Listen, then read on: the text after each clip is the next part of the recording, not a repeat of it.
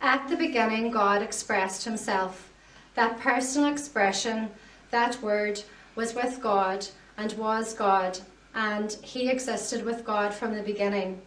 All creation took place through him, and none took place without him. In him appeared life, and this life was the light of mankind. The light shines in the darkness, and the darkness has never put it out. John chapter 1, verses 1 to 5.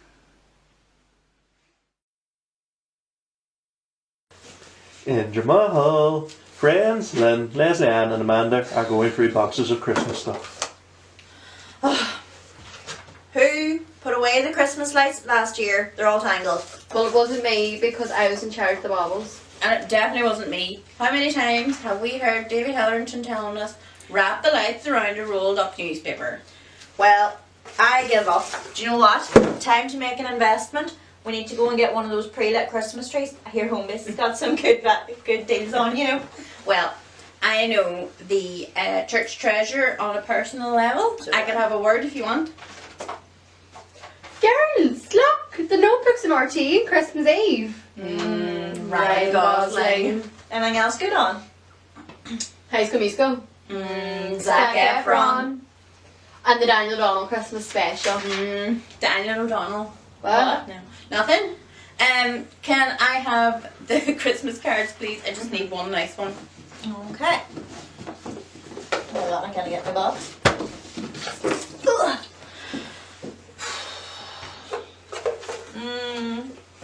They're all a bit meh. Well, 100 for a euro. I'm not one bit surprised. Bargain! But there's bound to be one nice one.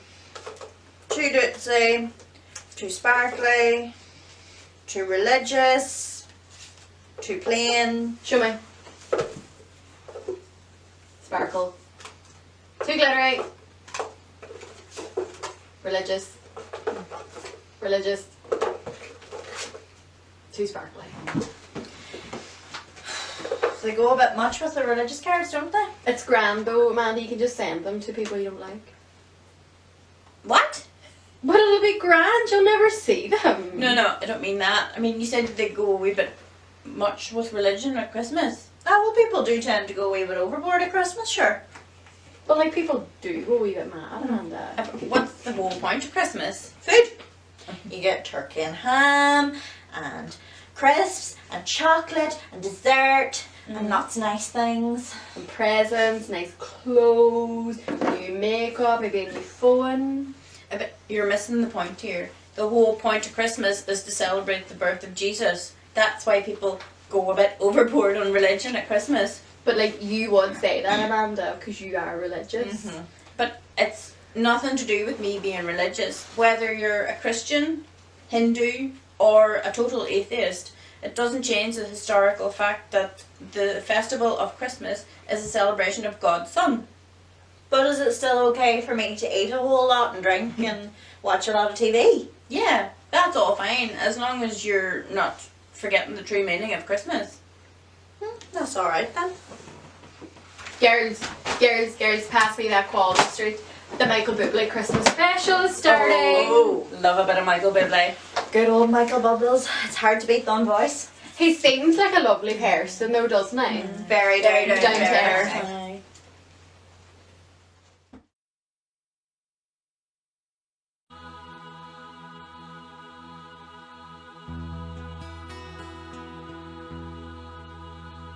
Gather round, ye children, come.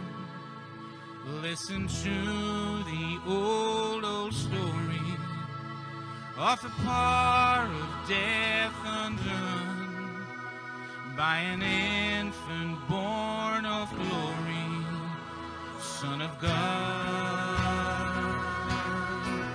Son of Man.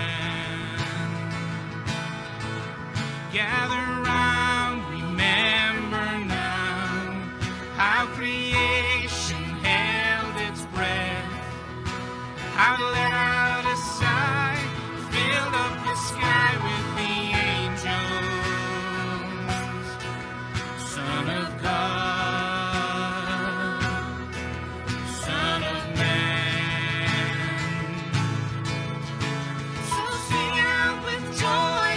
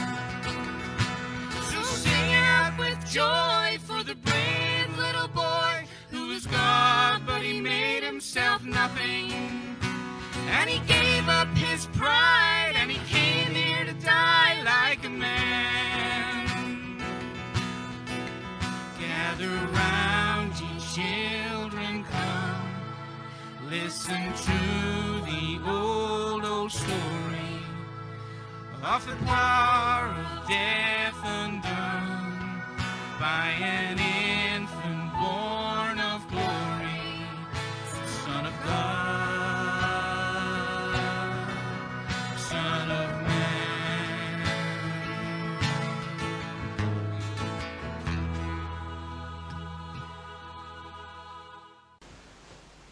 So, what brings you to the gates of heaven, young angel?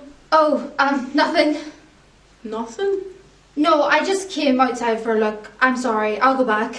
Have you ever been outside before? No, I'm only a minor cherub. I haven't even got my wings yet. Someday I do hope to fly swiftly at my master's bidding, though. What's your name? Harriet, what's yours? Raphael. Oh, goodness, I've never met an archangel before. What were you looking for? Nothing in particular. I just came to see what it was all about. I've met so many different angels coming from here, and their eyes are popping out of their head, and I just wanted to see what the fuss was about. I know the feeling. Even when you're travelling faster than light, you still never seem to come anywhere near the end. I wish I could go. Well, soon maybe, but I think you've got quite a lot to look at from here. Look, I'll show you. It's bigger than I ever could have imagined. It's bigger than you could possibly see. Eternal stars and galaxies. Old ones die and they grow old, and new ones burn blue and white, like those ones over there. Millions of them, as if a paintbrush full of light had flickered around the sky again and again. And each gap between the stars is a window into distant space beyond. Star after star, their message travels on, long after they themselves have burnt out. Oh wow. Do archangels ever feel small? All the time. Wouldn't it be great if we could all go on a guided tour of the universe? I mean, you could show it to us. A lot of us did go down there at once, when the Son of Almighty God himself left the splendour of heaven and went to earth for a while. It was a pretty important occasion, so we brought the choir along, filled the sky with singing, just to let them know he'd arrived. The people of Earth must have loved that. Oh yes. Made them jump too. Earth must be a fabulous place if the Son of God went to go and live there. Is it like heaven? It used to be, before it was spoilt. I bet it's that great big orange planet down there that's a bit pink around the edges. Is it? No, not that one. You can hardly see it actually. See that little dim one? Down there. You can't be serious. I am. But it looks like a chewed up golf ball. What in heaven made him want to go down there? To help them. To put right what was wrong. What, did he rule the earth then? Not in the same way he does now with the Father in heaven. Well, how did he live? Did you just build him a palace or something? He was born in a cattle shed and lived in various places wandering. Born? Yes, as a man. You mean he changed into something else? He became very small, nothing more than a seed, and was born onto the earth. How horrible. It was the only way to help them, but surely you've learnt that about God by now. You spoke about all the wonder of all the things he created. The real wonder is that God cares for each of them so much. It's a wonder to me that he didn't come to grief down in that miserable place. Well, he did and he didn't. But there was a happy ending, as you know. Can you tell me about it? I would if I had time, but even eternity's too short and all that. Must fly, but you stay here and watch if you like.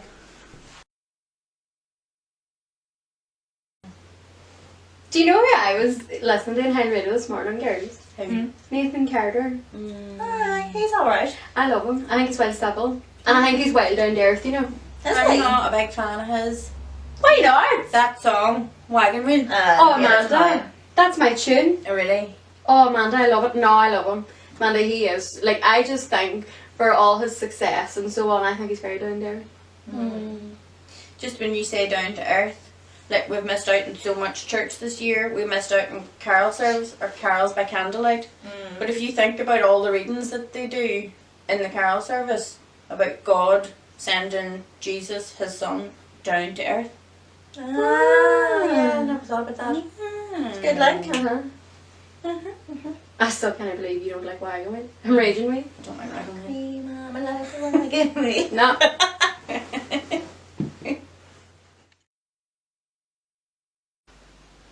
But when the time had fully come, God sent his Son, born of a woman, born under law, to redeem those under law, that we might have the full rights of sons and daughters. Galatians chapter 4, verse 4 and 5.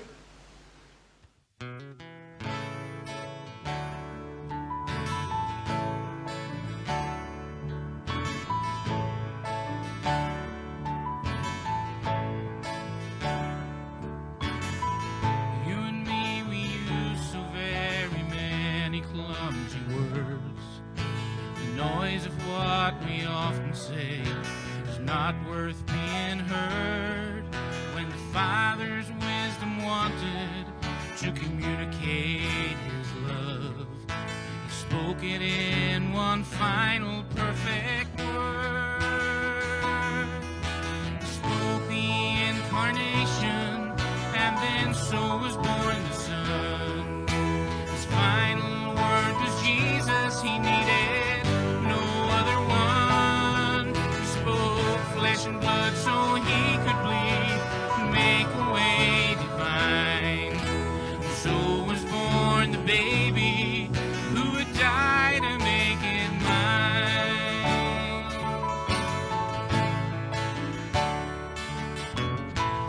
So the Father's fondest thought took on flesh and bone. He spoke the living, luminous word. Once His will was done. So the transformation that in man had been unheard took place in God the Father as He spoke that final word. He spoke the incarnation, and then so was born the Son. His final word was Jesus. He needed no other one. He spoke flesh and blood so He could bleed and make the way divine. So was born the baby who would die to make it mine. So the light became alive, and manna became man. Eternity stepped into time so we could understand.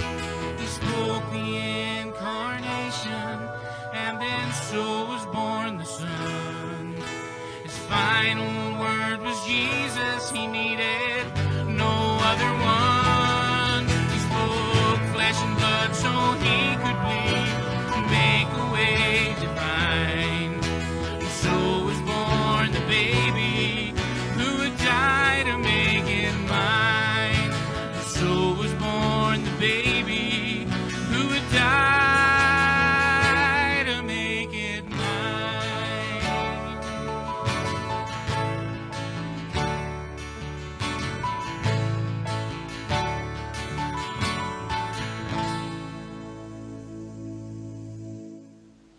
The Son is the image of the invisible God, the firstborn over all creation.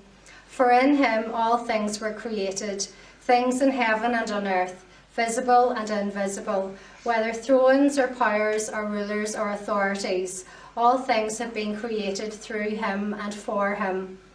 He is before all things, and in Him all things hold together. And He is the head of the body, the church. He is the beginning and the firstborn from among the dead, so that in everything He might have the supremacy. For God was pleased to have all His fullness dwell in Him. Colossians chapter 1, verses 15 to 19.